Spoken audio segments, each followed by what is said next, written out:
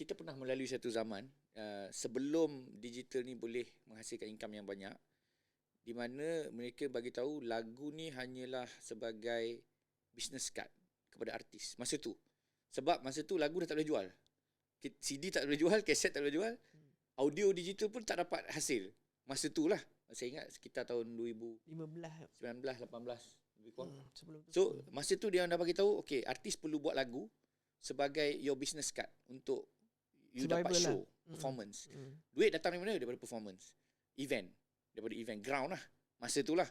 Tapi kalau pada saya sekarang, sebenarnya apa saja yang kita buat, konten yang kita upload di dalam social media, semuanya boleh mendatangkan hasil. Cuma kita kena tahu bagaimana dia nak datang hasil tu. Pihak mana yang bagi hasil tu. Dan konten kena ada banyak. Bukan makna kita buat satu saja. Kena ada sentiasa ada banyak konten. Sebab sekarang ni sangat subjektif. Kita buat lagu, kadang kita buat yang modal besar, RM10,000, RM20,000, RM30,000, yang tu tak menutup, krik-krik kan. Tapi yang kita nyanyi-nyanyi belakang tanda kan, bunyi cicak-cicak semua ada, itu boleh 20 juta view, 30 juta view.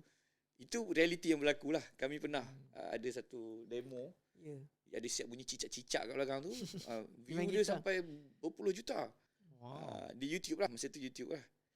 So sekarang ni kalau kita tengok, kalau dalam sudut Malaysia ni, income yang utama daripada Spotify dan YouTube yang paling besar lah untuk audio lah.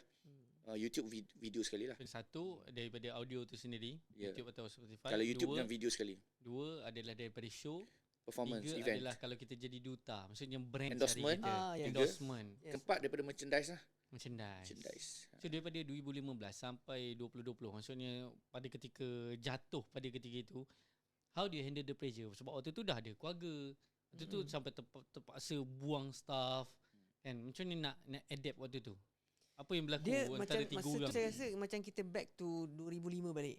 Macam mana kita survive mula-mula lepas kita habis kontrak dengan Hijaz tu. Dia nasyid ni alhamdulillah dia ada Maulid Rasul, Mahal Hijrah. Ada event lah. Ada event. Event tu sentiasa ada. Ya betul. Dan rate nasyid tu dia tak macam harga barang lah.